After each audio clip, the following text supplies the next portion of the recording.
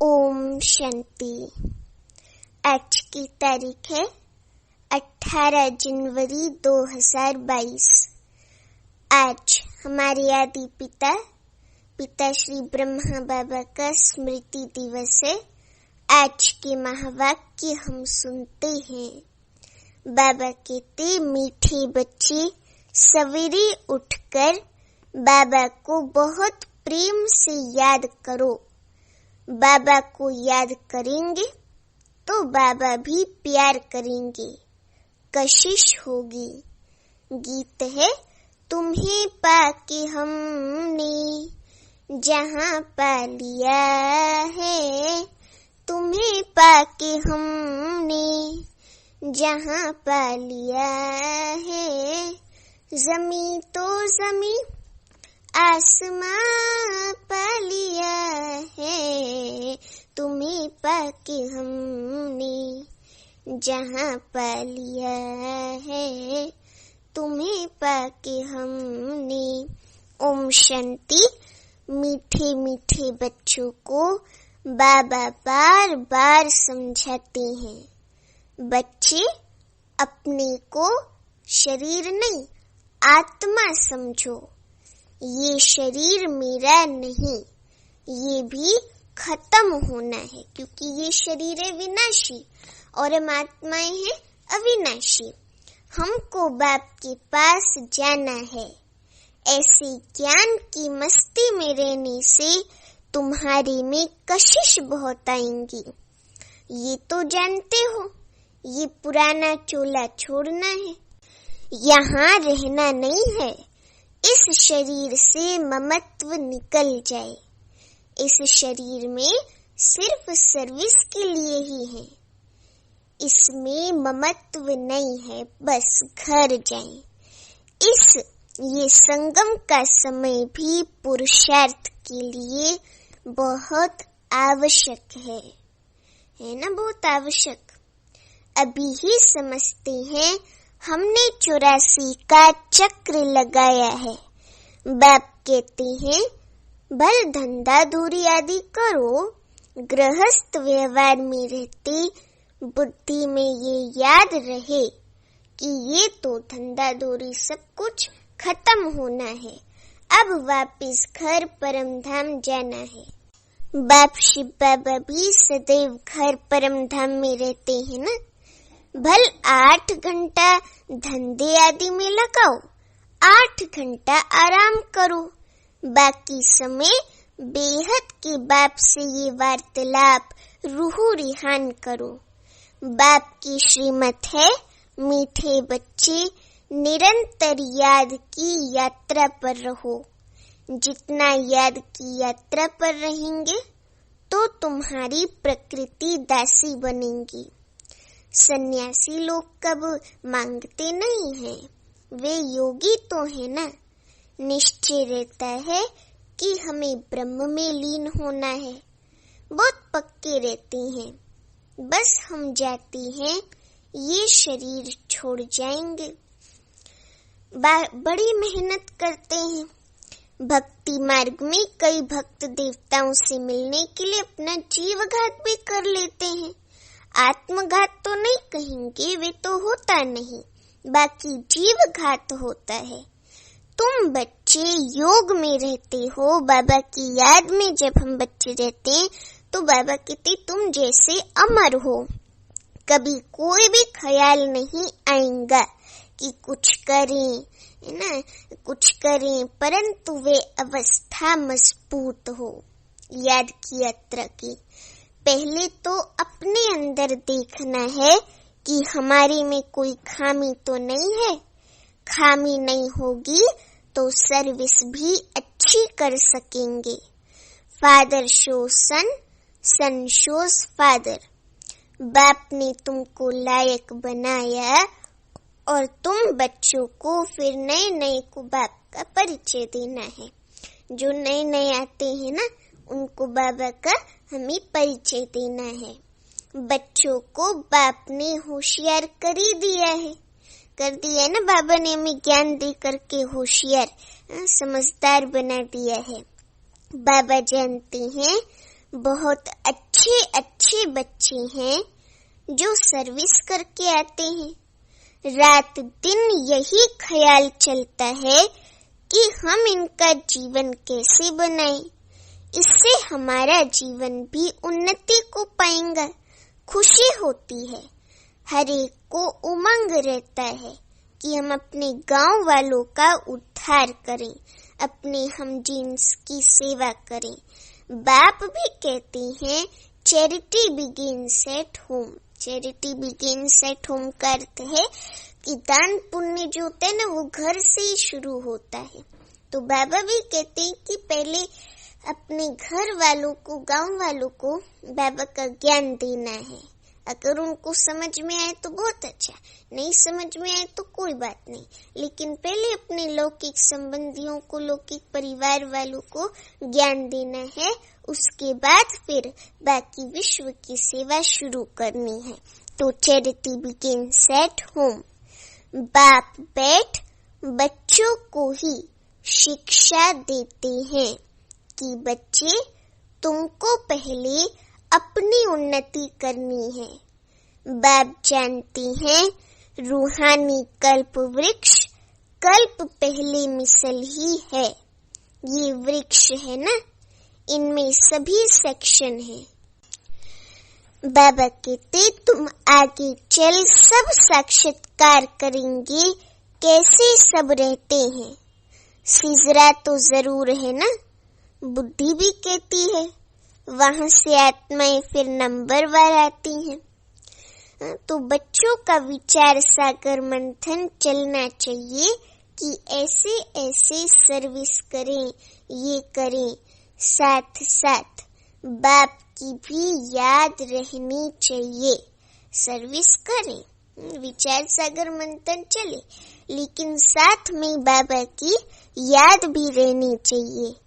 याद से ही उन्नति होती है। बाबा कहेंगे ड्रामा प्लान अनुसार जो पास हुआ वे ठीक है।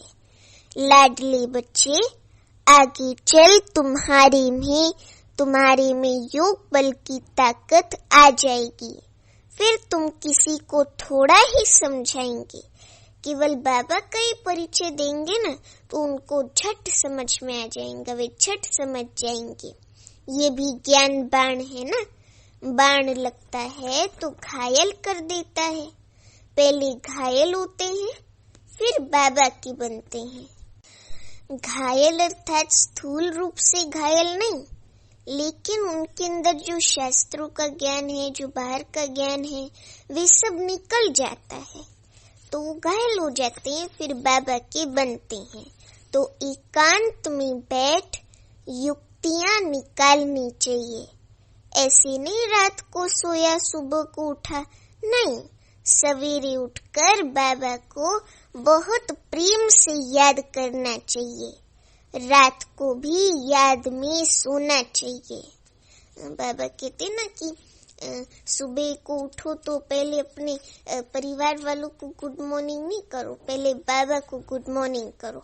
और रात में भी बाबा को सारा पोता मिल लिख के, और ज्यादातर तो थैंक यू लेटर बाबा को रोज लिखना चाहिए। तो वो थैंक यू लेटर लिख करके और अपना पोता मिल दे करके, गुड नाइट कह करके फिर बाबा को सोना चाहिए। तो उसको कहते हैं कि रात को भी याद में सोना चाहिए। बाबा को याद ही नहीं करेंगे तो बाप फिर प्यार कैसे करेंगे, कशिशी नहीं होंगी। भल बाबा जानते हैं ड्रामा में सब प्रकार के नंबरवार बनने हैं, फिर भी चुप करके बैठ थोड़े जाएंगे, पुरुषार्थ कराएंगे ना। बच्चों को ड्रामा कह करके ठहर नहीं जाना है, नहीं तो अंत समय में बहुत पछताना पड़ेगा। नाहिक मैंने ऐसा किया, माया की वश हो गया। बाबा को तो तरस पड़ता है। नहीं सुधरते हैं तो उनकी क्या गति होगी, रोएंगे, पीटेंगे, सजाए खाएंगे। इसलिए बाप बच्चों को बार बार शिक्षा देते हैं कि बच्चे तुम्हें परफेक्ट बनना है। एकदम संपूर्ण, 16 कला संपूर्ण कर्मातीत अवस्था हमारी हो जानी चाहिए ब्रह्मा बाबा की तरह। वही बाबा कहते कि तुम्हें परफेक्ट बनना है। शिव बाबा कहते बार बार अपनी चेकिंग करनी है। समझे? हर एक बच्चे को अपने से पूछना है, बाप से हमें सब कुछ मिला, फिर किस चीज की मेरे में कमी है? अपने अंदर झांक करके देखना है। जैसे नारद से पूछा ना कि लक्ष्मी को वरने के लायक अपने को समझते हो, बाप भी पूछते हैं लक्ष्मी को वरने लायक बने हो? क्या क्या खामियां रही हुई हैं जिसको निकालने का पुरुषार्थ करना है। नए नए बच्चों को भी समझाया जाता है, बताओ तुम्हारे में कोई खामी तो नहीं है? क्योंकि तुम्हें अभी ही अर्थात इस संगम युग पर ही परफेक्ट बनना है। बाप आते ही है परफेक्ट बनाने। ये पुरुषोत्तम कल्याणकारी संगम युग है ना, तो बाबा यहाँ पे हमें पुरुषों से उत्तम देवी देवता एकदम परफेक्ट बनाने आए हैं। तो अपने अंदर से पूछो, हम इन लक्ष्मी नारायण जैसे परफेक्ट बने हैं? अगर खामियां हैं तो बाप को बताना चाहिए कि ये खामियां हमारी से निकलती नहीं है, उसका कोई उपाय बताओ। बीमारी सर्जन द्वारा ही निकल सकती है, तो ईमानदारी से सच्चाई से देखो मेरे में क्या खामी है। खामियां बताएंगे तो बाप राय देंगे। खामियां बहुतों में है, कोई में क्रोध है या लोभ है या फालतू चिंतन है, तो उसको ज्ञान की धारणा हो नहीं सकती। बाप रोज रोज समझाते हैं, वैसे इतना समझाने की दरकार नहीं है, लेकिन ये धारण करने की बातें हैं। 5 विकारों को जीतने की बात अभी की ही है। तुम्हारे में कोई वे भूत भटकने वाले नहीं है। ये जन्म जन्मांतर के भूत 5 विकार अंदर प्रवेश हैं, जिन्होंने द्वापर युग से दुखी किया है। काम भूत के लिए तो रोज समझाया जाता है, आंखें बहुत धोखा देती हैं। इसलिए आत्मा को देखने की प्रैक्टिस अच्छी डालनी चाहिए। मैं आत्मा हूँ, ये भी आत्मा है, इसलिए अपने को आत्मा देखने की प्रैक्टिस डालनी चाहिए। तो फिर स्मृति रहती है आत्मा आत्मा भाई भाई, और फिर आई भी ठीक रहती है। बाबा कहती तुम आत्माएं तो भाई भाई हो ना, तो इस शरीर को नहीं देखना है। हम आत्माएं सब वापस घर जाने वाली हैं। बाप आई हैं ले जाने के लिए। बाकी ये देखना है हम सर्व गुण संपन्न बने हैं, कौन सा गुण कम है। आत्मा को देख बताया जाता है इस आत्मा में ये खामी है, तो फिर बैठकर करंट दें कि इनसे ये बीमारी निकल जावे। बच्चों को बाबा से बहुत मीठी मीठी बातें करनी चाहिए।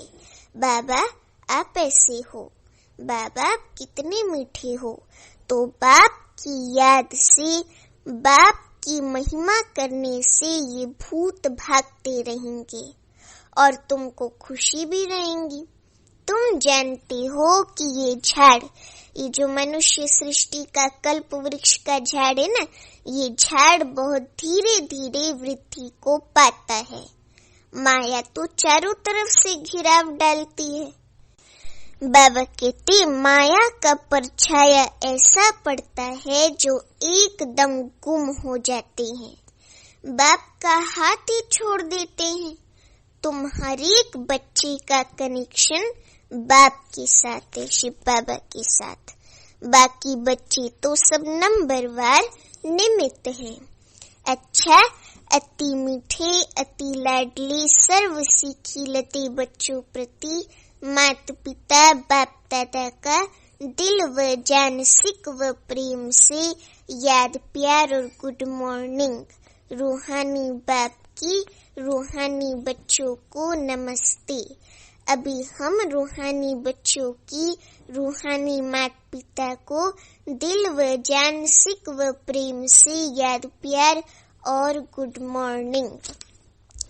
अभी आज 18 जनवरी है, तो आज इन्हीं महावाक्य में अव्यक्त महावाक्य भी है।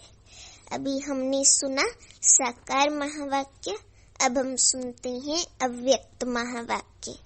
तो अव्यक्त महावाक्य है, टॉपिक है अंतिम सर्विस का अंतिम स्वरूप।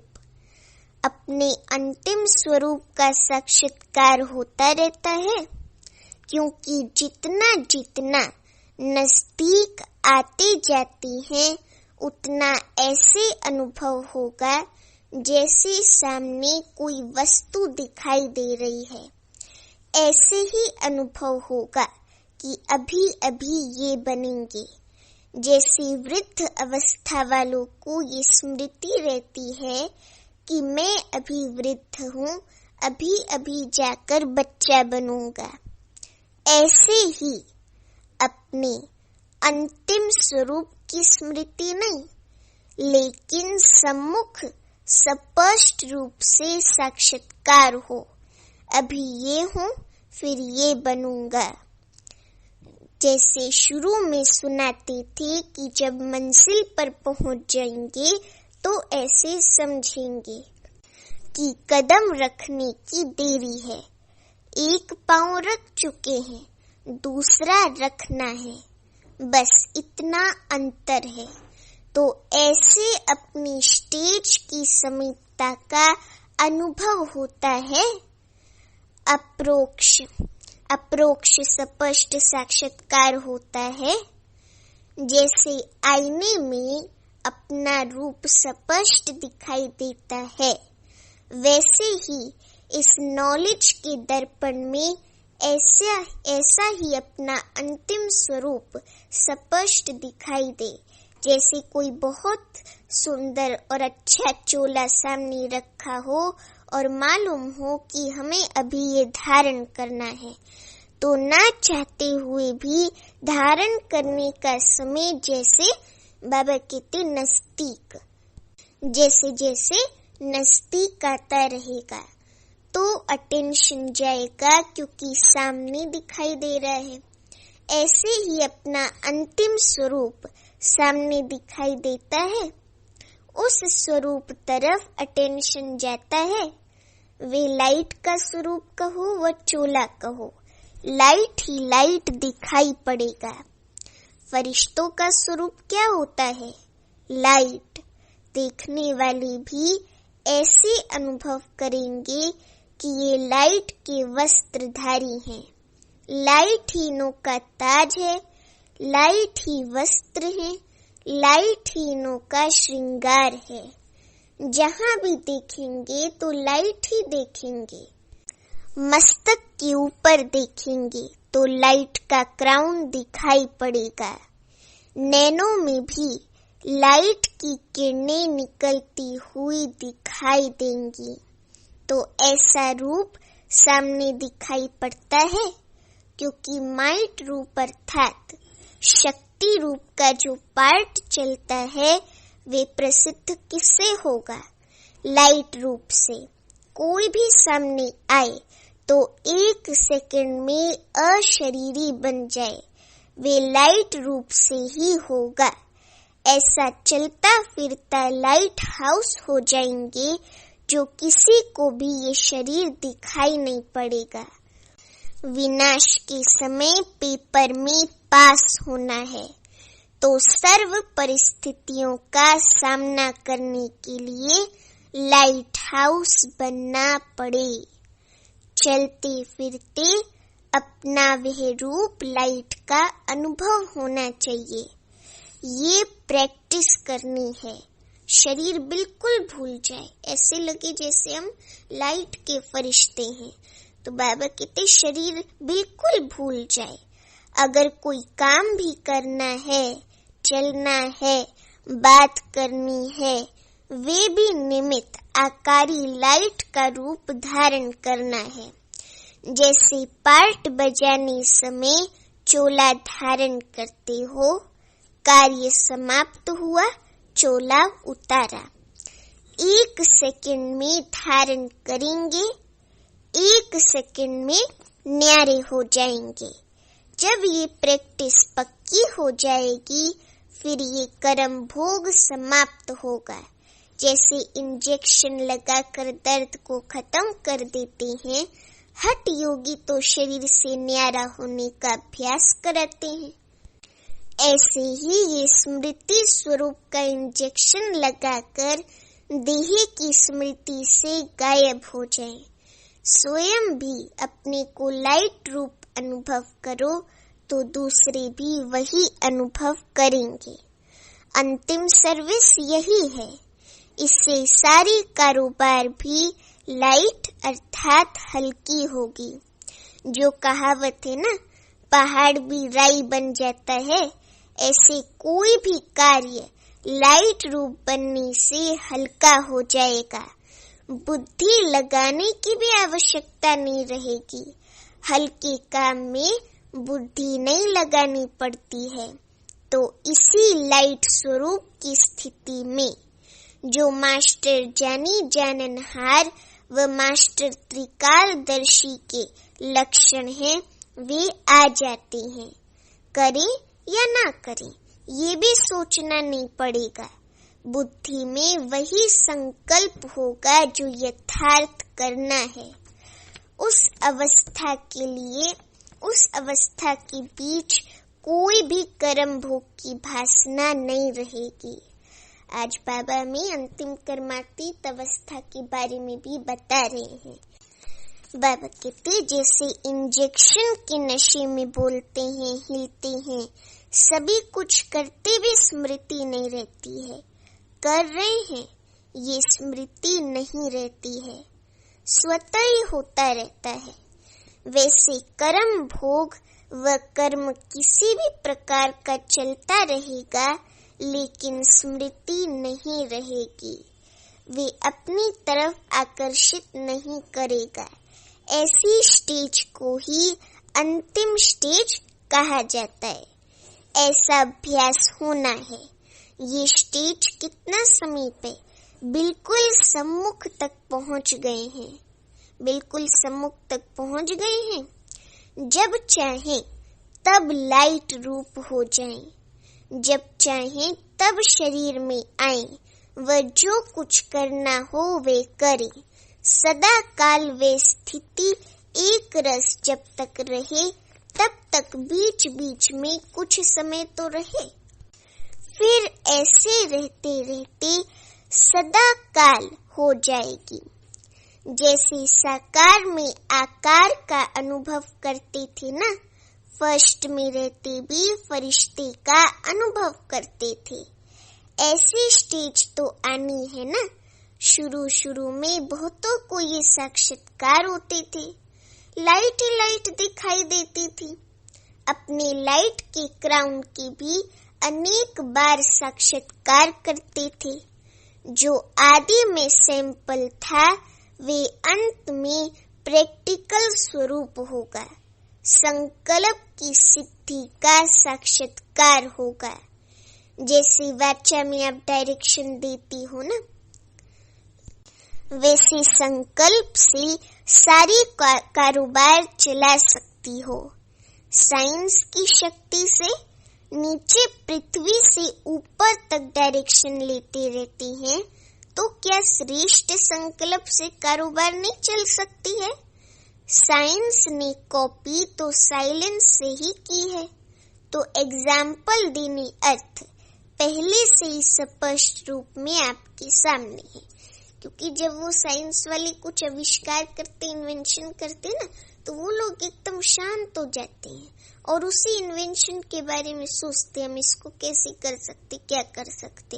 फिर जब वो पूरा सोच लेते, फिर वो उसको औरों को बताते हैं और वो कार्य करना चालू करते हैं। तो बाबा भी वही कहते ना कि साइंस वालों ने कॉपी तो साइलेंस से ही की है। तो एग्जाम्पल देने अर्थ पहले से ही स्पष्ट रूप में आपके सामने है। कल्प पहले तो आप लोगों ने किया है ना, फिर बोलने की आवश्यकता नहीं। जैसे बोलने में बात को स्पष्ट करते हैं, वैसे ही संकल्प से सारी कारोबार चले। जितना जितना अनुभव करते जाते हो, बाबा कहते एक दो के समीप आते जाते हो, तो संकल्प भी एक दो से मिलते जाते हैं। लाइट रूप होने से व्यर्थ संकल्प, व्यर्थ समय समाप्त हो जाने के बाद संकल्प वही उठेगा जो होना है। आपकी बुद्धि में भी वही संकल्प उठेगा और जिसको करना है उनकी बुद्धि में भी वही संकल्प उठेगा कि यही करना है। नवीनता तो ये है ना, ये कारोबार कोई देखे तो समझेंगे इन्हों की कारोबार कहने से नहीं, इशारों से चलती है। नजर से देखा और समझ गए, सूक्ष्म वतन यहाँ ही बनना है, बनाना है, बनना है। अच्छा, ओम शांति। अभी वरदान है, भुजाओं में सामने और भुजाएं बन सेवा करने वाले ब्रह्मा बाप के स्नेही भव। भुजाओं में सामने और भुजाएं बन सेवा करने वाले ब्रह्मा बाप के स्नेही भव। अभी वरदान का स्पष्टीकरण है, जो बच्चे बाप स्नेही हैं, वे सदा ब्रह्मा बाप की भुजाओं में समाये रहते हैं। ये ब्रह्मा बाप की भुजाएं ही आप बच्चों की सेफ्टी का साधन है। जो प्यारे स्नेही होते हैं वो सदा भुजाओं में होते हैं। तो सेवा में बाप दादा की भुजाएं हो और रहते हो बाप की भुजाओं में। इन दोनों दृश्यों का अनुभव करो। कभी भुजाओं में समा जाओ और कभी भुजाएं बन सेवा करो। नशा रहे कि हम भगवान की राइट हैंड हैं। लोग तो इंसान का बड़ी बड़ी इंसान होंगे, उनका राइट हैंड बनते हैं। हम तो स्वयं भगवान की राइट हैंड हैं। स्लोगन है, संतुष्टता और प्रसन्नता की विशेषता ही उड़ती कला का अनुभव कराती है। अभी लवलीन स्थिति का अनुभव करो। इसकी आज की मेन पॉइंट है, बाप का बच्चों से इतना प्यार है जो अमृत वेले से ही बच्चों की पालना करते हैं। दिन का आरंभ ही कितना श्रेष्ठ होता है। स्वयं भगवान मिलन मनाने के लिए बुलाते हैं, रूह रिहान करते हैं, शक्तियां भरते हैं। बाप की मोहब्बत के गीत आपको उठाते हैं। कितना स्नेह से बुलाते हैं, उठाते हैं। मीठे बच्चे, प्यारे बच्चे, आओ। तो इस प्यार की पालना का प्रैक्टिकल स्वरूप सहज योगी जीवन का अनुभव करो। अच्छा, ओम शांति।